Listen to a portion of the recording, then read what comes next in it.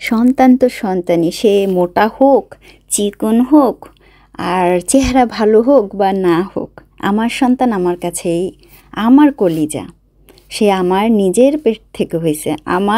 আমার চেহারা যেমনই হোক না কেন, আমার সন্তান আমার কাছে সবচাইতে সুন্দর, সবচাইতে কিউট, সবচাইতে এই পৃথিবীর সবচাইতে একদিকে সব কিছু থাকলো, আর একদিকে আমার সন্তান থাকলে আমি আমার সন্তানের দিকেই যাব।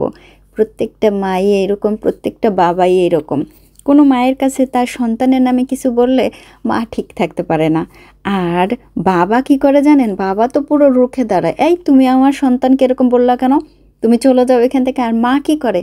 মা তো কাইন্দা কাইটা অসির আমার ছেলেকে, আমার মেয়েকেই বলছে, আমার সন্তানকেই বলছে। আমাদের পচা আমাদের কাছেই কিন্তু অনেকটাই কিউট। এবং আমি জানি যে পচার অনেক ভালোবাসার লোকজনরা আছেন আপনারা। আমাদের বললে এরকম হয়ে যায়, আমাদের সকলের পচা। আমি পচাকে অনেক ভালোবেসে পচা ডাকি, কারণ অনেক অনেক কারণে ওকে পচা ডাকার একটা কারণ আছে। ওকে এত ওর ছোটোবেলা থেকে আমি ওকে ধুয়ে ধুয়ে ধুয়ে দিয়ে রাখছি, সত্যি কথা। কারণ অনেক বেশি ও অসুস্থ হইতো, প্রচুর অসুস্থ হইতো।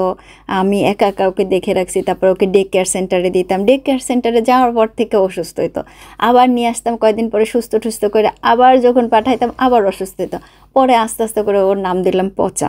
এই পচা নাম দেওয়ার পর থেকে ও বেশ ভালো আছে, অনেক ভালো আছে। এবং সন্তান আমার কাছে, ওই যে বললাম না, আমার কলিজা। আমার কলিজারে কেউ কিছু বললে আমার আর ঠিক থাকে না। কেন সে বলল, কি এন কিভাবে বলে, কিসের জন্য বলল, কেন বলল, প্রথম কথাটা হচ্ছে কেন বলল, কেন বলবে। আবার অনেকে আছেন অনলাইনে আসলে পরে 2-4টা গালাগালি খাইতেই হবে। না রে ভাই, না। এই মনোভাব চেঞ্জ করে আসেন। এই মনোভাব যখনই চেঞ্জ করবেন, একটা জাতির একেবারে উন্নতি অনেকটাই হয়ে যাবে। আপনি কেন ওই মনোভাব নেবেন যে অমুকরে আমি বলতেই পারি কারণ সে এইখানে আসছে? না, আপনি বলবেন না। আপনি আপনার মতো ভালো থাকবেন, অন্যেরও মঙ্গল কামনা করবেন, দেখবেন আপনার ভালো হবে। কিন্তু আপনি যখনই অন্যের একটু অমঙ্গল কামনা করবেন, তখন তার সাথে আপনার একটু অন্যরকম মনোমালিন্য হবে। আপনার তো ওইটা টেনশন হবে, স্ট্রেস অনেক বেড়ে যাবে। কি দরকার? ভালো থাকবেন, ভালো ভালো চিন্তা করবেন, মানুষকে অনেক সম্মান করবেন, সে ছোট হোক বা বড় হোক। তো ওই যে বললাম না, ভালোবাসার সন্তান সবারই আদরের হয়।